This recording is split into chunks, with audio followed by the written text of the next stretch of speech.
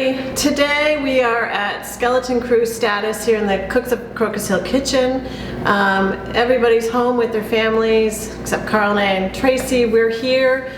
We're cleaning, we're cooking, and we thought of all of you. We thought this is a great time for you to have some at-home recipes that you can make with simple staples from your pantry, and also some real good traditional comfort food and treats for your family, things that your kids can make with you as well.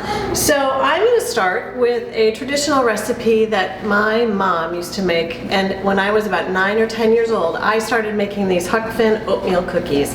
And I'm going to walk you through the recipe. Our recipe's also online. You guys can do it yourself. Simple ingredients. Here we go. So we're going to start with 1 cup of room temperature butter. And we're going to drop that right into the bowl. This has been sitting out for probably 20 minutes. Should be okay. If you need to warm it up, like 5 seconds in the microwave, we'll bring it to room temp. Next up is we're going to do 2 cups of packed brown sugar. I'm going to show you a little bit about what it means to pack that brown sugar. You definitely want to pack it so you get the perfect ingredients. Right now, we're packing it right in there. This is a 1 cup measure. You can use whatever measuring cups you have at home. You don't need anything fancy. Just it's 2 cups packed. Use your hands. Use your very clean hands to get your packed brown sugar. There we go. Next up, we're going to do 2 room temperature eggs. I forgot to mention, this recipe, you put everything in the bowl, then you mix it up, and you're done. It's just, that's why it's so perfect for kids too. So you've got 2 eggs, there's 1, 2, and those are room temperature as well. It is important to use room temperature ingredients to bring it all together at the same time. Next we're going to do vanilla. We're going to do a 1 teaspoon of vanilla. This is Nielsen Massey, it's fabulous. We love this vanilla. 1 teaspoon. Next up, it's 1.5 cups of flour. So now flour, you don't want to pack. You want to scoop it, kind of shake it to sift it into place, and then use either the back of a knife, any flat object, smooth it across the top, and you're good to go. So there's 1 cup. Now I'm going to grab a 1/2 cup measure and do the same thing. So we've got it. Just not quite enough. We're going to scrape it and dump it in. And now we're going to move to baking soda. This calls for 1 teaspoon of baking soda. So here we go. Same thing, you're going to kind of sift this out.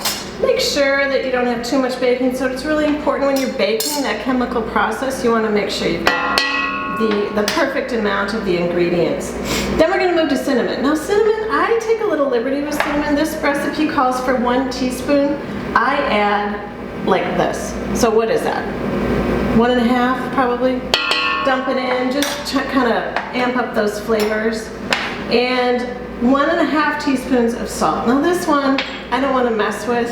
Salt's important. It is an ingredient that you want to make sure you measure carefully. So there's 1 teaspoon, and we need our 1/2 teaspoon. Again, make sure you're not adding too much and not too little. And this recipe also calls for a teaspoon of water. So we're going to measure out a teaspoon of water, dump that in. And now 3 cups of oats. Don't need to worry about packing those oats in. Just scoop them up, shake them to flat, dump. That's 1. There's our second one. Oops. And there's our third. Now, the best part are the chocolate chips for most people. You can make this recipe without chocolate. We are adding semi-sweet. This is what we call a Calibo chocolate.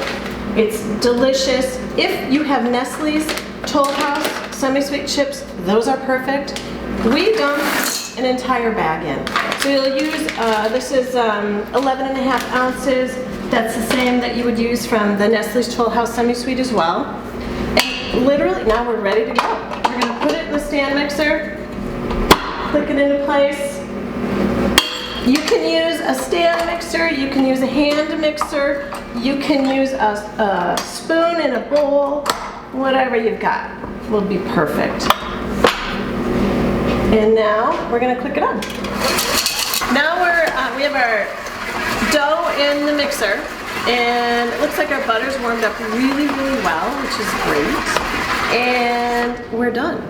And now we are going to put our cookies on the sheet pan, pop them in the oven, and we'll have warm cookies in no time. Your family will love you even more. One thing I didn't mention is to make sure you preheat your oven to 350 and position a rack in the middle of your oven for baking these. Then take 2 teaspoons and, you know, kind of loosely, we always say rounded teaspoons. So that means I really pack them kind of big. They make kind of the perfect kind of 2.5 inch diameter oatmeal chocolate chip cookie. You want to make sure that you put parchment down, or you can use a non-stick sheet pan. If you don't have a non-stick pan, then definitely use the parchment. You can use a silpat mat if you've got it, just anything to prevent sticking. If you only have a coated sheet or an uncoated sheet pan and you don't have parchment, you don't have silpat, don't worry. Just spray it down with a little non-stick cooking spray. A lot of times that is in your pantry. Maybe you rarely use it. Now's a good time. Just anything to prevent your cookies from sticking. Although there is quite a bit of butter in these, and you may not have to use too much to get them to release. So we'll just finish off this pan.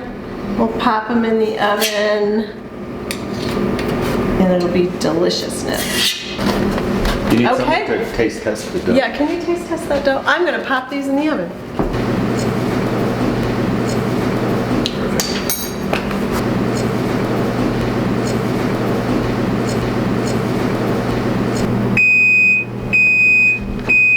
Camry, here you go, cookies. Thank you. So this concludes our recipe for today for the Huck Finn oatmeal chocolate chip cookies.